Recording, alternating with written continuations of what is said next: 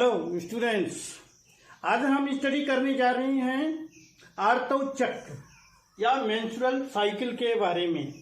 आपने सुना होगा मेंस्ट्रुअल साइकिल क्या होता है, आर्तव चक्र क्या होता है। बायोलॉजिकल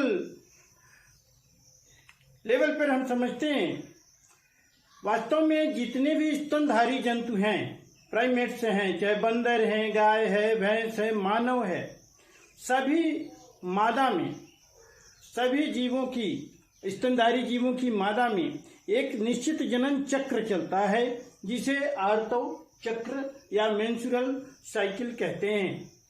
वास्तव में ये कैसे होता है, आपको रिप्रोडक्टिव सिस्टम में बताया गया है कि मादा के दो प्रमुख अंग हैं जनन अंग, एक गर्भाशय और एक अंडाशय। मेन टू हैं और सब सहायक हैं। तो गर्भाशय और अंडाशय के बीच की ये क्रिया होती है और यह क्रिया लगभग 1 महीने में पूरी होती है मानव में। उसी को एक मासिक चक्र कहते हैं। ये कैसे होती है इसे आज हम समझने का प्रयास करेंगे।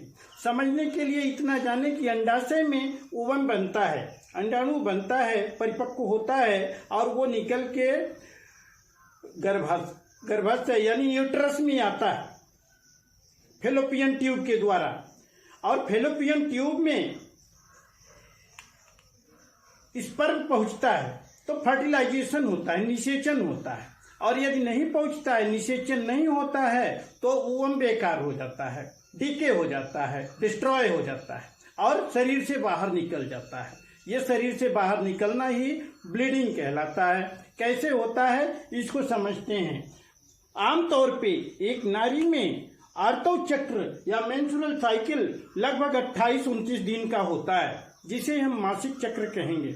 28-29 दिन का, तो हम उसको यहाँ फिगर के माध्यम से समझते हैं। 28-29 दिन में हमने डिवाइड कर लिया दिनों में, तो अब समझते हैं ये यूट्रस की दीवार है, गर्भाशय की दीवार है। गर्भाशय की दीवार में थोड़ा परिवर्तन आप देखें, ये पुटिकाएं हैं उसकी दीवार की, जो इधर देखें आप 15वें, 14वें, 15वें दिन से ज्यादा बड़ी हो रही हैं। यानी कि गर्भाशय की दीवारों में स्वेलिंग आ रही है, स्वेलिंग आ रही है। तो ये डेज हैं, डेज यानी कि दिनों में कब क्या परिवर्तन होता है इसके माध्यम से आप समझेंगे। ये डेज को इंगित कर रहे हैं। पहला दिन हम कहाँ से पहला दिन मानते हैं, पहले आप ओवेरियन इवेंट्स को समझें। ओवरी की घटनाएं क्या होती हैं, अंडाशयी घटनाओं को देखें तो अंडाशय में छोटे छोटे ओवम होते हैं जो मैच्योर नहीं रहते, तो वो मैच्योर धीरे धीरे होते हैं और मैच्योर होकर के लगभग 15वें दिन, 14वें से 15वें दिन यानी मध्यकाल में मासिक चक्र के ठीक बीच में वे परिपक्व होकर ओवरी से बाहर निकलते हैं। ओवरी की दीवार एक जगह से फटती है और एक ओवम बाहर निकलता है। एक बार में एक ओवम ही निकलता है। ओवरी 2 होती है मादा में, लेकिन एक ओवरी से एक निकलता है, अगली बार फिर दूसरी ओवरी से निकलता है। तो 14वें 15वें दिन वो परिपक्व होकर निकलता है और निकलने के बाद वो ओवम स्वयं फिर डिवाइड होता है। सहायक उसकी कुछ ग्रंथियां, कुछ कोशिका के अंश डिवाइड होते हैं जो कि उसके पोषण में सहायक होते हैं। और ये ओवम जब ओवरी से निकलता है तो इसी को अंडोत्सर्ग कहते हैं, ओवुलेशन कहते हैं। इसे अलग से आपको समझाया जा चुका है। तो ओवुलेशन 14वें 15वें दिन होता है। कैसे होता है, ये घटनाएं क्यों होती हैं और एक निश्चित समय पर क्यों होती हैं, इसके पीछे 2 प्रमुख चीजें हैं। एक तो है पिट्यूटरी ग्लैंड यानी पीयूष ग्रंथि। पीयूष ग्रंथि से 2 हार्मोन स्रावित होते हैं विशेष, एक FSH और एक LH। आपको ग्रीन कलर से FSH हार्मोन दिखाया गया है पिट्यूटरी ग्लैंड से और LH हार्मोन ब्लू कलर से दिखाया गया है। तो आप देखते हैं कि ये हार्मोन जो स्रावित होते हैं 14वें 15वें दिन में इनका सिक्रेशन बहुत हाई होता है, ज्यादा स्रावित होती हैं, हाई लेवल दिखा रहा है। तो ये ज्यादा स्रावित होकर के ही ओवुलेशन को इंसाइट कर थोड़ा सा प्रेरित करते हैं कि वो निकले। इन्हीं के प्रेरण से ही ये मैच्योर होता है, निकलता है, सारी क्रियाएं नियंत्रित होती हैं। दूसरी चीज होती है ओवरी हार्मोन, अंडाशय हार्मोन। अंडाशय हार्मोन भी दो तरह के होते हैं, एक एस्ट्रोजन एक प्रोजेस्टेरॉन। ये भी आप देखेंगे दोनों की बढ़ने घटने की, सिक्रीशन की घटनाएं देखें तो आप देख सकते हैं कि जहां पर एस्ट्रोजन 12वें 13वें दिन से बढ़ना शुरू होता है, अर्थात ठीक ओवुलेशन से पहले एस्ट्रोजन का काफी स्राव होता है और फिर धीरे धीरे कम होने लगता है, जबकि प्रोजेस्टेरॉन 15वें 16वें दिन के बाद से बढ़ना शुरू होता है। तो ये अलग अलग स्रावित होकर के अलग अलग घटना को प्रेरित करते हैं। इसके यहाँ पर बढ़ने से इसमें कोशिका में जो समसूत्री विभाजन होता है ओवम में, फेलोपियन ट्यूब के अंदर, वो होता है, जबकि यहाँ अर्धसूत्री विभाजन से ये बनती है ओवरी, ओवरी में ओवम। अब ओवुलेशन इवेंट को देखें तो पहले दिन, दूसरे दिन, तीसरे दिन, चौथे दिन धीरे धीरे ओवम जो परिपक्व नहीं है वो धीरे धीरे मैच्योर होने लगता है और मैच्योर होते होते ये 14वें 15वें दिन ओवरी से निकल जाता है, फेलोपियन ट्यूब में आ जाता है और यदि फर्टिलाइजेशन नहीं हुआ तो यह 28वें 29वें दिन शरीर से बाहर निकलता है।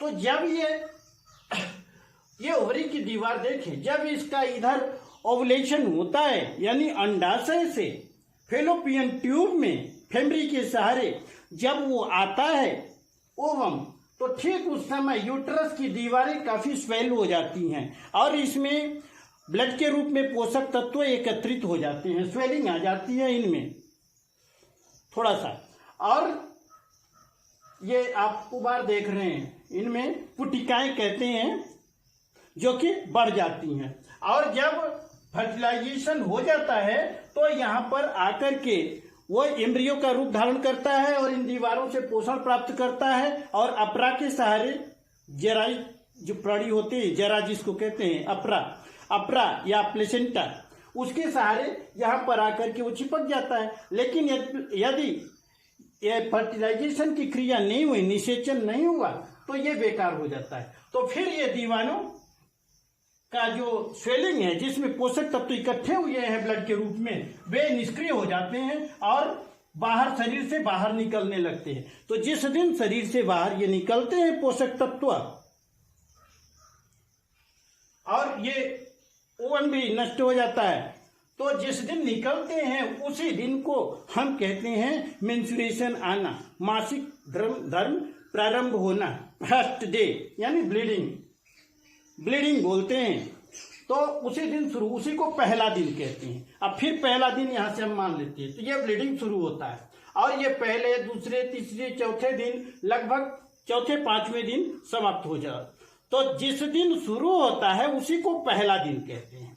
तो इधर शुरू होता है और चौथे 5वें दिन समाप्त होता है और इधर ये प्रक्रिया चलती रहती है। जब ये पहले दिन निकल गया तो इधर से दूसरा परिपक्व होना शुरू होता है, बढ़ना शुरू होता है। इन 4 प्रकार के हार्मोन की मदद से, FSH, LH 2 पिट्यूटरी हार्मोन हैं और एस्ट्रोजन और प्रोजेस्टेरॉन ये 2 ओवरी हार्मोन हैं। तो इन 4 प्रकार के हार्मोन के श्रवण से, इनके प्रेरणा से ये पुनः मैच्योर होना शुरू होता है और इस प्रकार से फिर से यूट्रस की दीवार स्वेलिंग होने लगती है। 6वें, 7वें, 8वें, 9वें, 10वें दिन स्वेलिंग होने यानी प्रिपरेशन होता है, एक तैयारी होती है कि अभी भ्रूण यहाँ पर पालन पोषण प्राप्त करेगा, 9 महीने रहेगा गर्भाशय के अंदर, उसके लिए ये तैयारी होती है, प्रिपरेशन होती है। लेकिन जब फर्टिलाइजेशन नहीं होता तो पुनः यह तैयारी पूरा होने में, अंडोत्सर्ग होके यहाँ तक प्रिपरेशन होने में कुल 28 दिन लगभग लगते हैं और तब तक नहीं आया तो पुनः ये ब्लीडिंग के रूप में शरीर से बाहर निकलता है। उस दिन को हम पुनः पहला दिन कहते हैं। इस तरह से ये चक्र चलता रहता है। इसी को मासिक चक्र या आर्तव चक्र या मेंस्ट्रुअल साइकिल कहते हैं। उम्मीद है आप समझ गए होंगे। एक सामान्य तरह से समझें कि ओवम ओवरी में बनता है और गर्भाशय की ओर आता है और गर्भाशय में आते आते अगर वो फर्टिलाइज्ड हो गया, निषेचित हो गया, तो हम कहते हैं प्रेगनेंसी हो गई, गर्भ हो गया, सगर्भता जिसको कहते हैं। और यदि नहीं हुआ ऐसा तो वह लगभग 29वें दिन शरीर से बाहर निकलता है। 29वें 30वें दिन जिस दिन निकलता है बाहर ब्लड के रूप में, उसी को ब्लीडिंग या फर्स्ट डे कहते हैं। फिर वो वहाँ से काउंटिंग शुरू हो जाता है, दूसरा ओवम परिपक्व होता है, इस प्रकार से। थैंक यू, उम्मीद है आपको समझ में आएगा।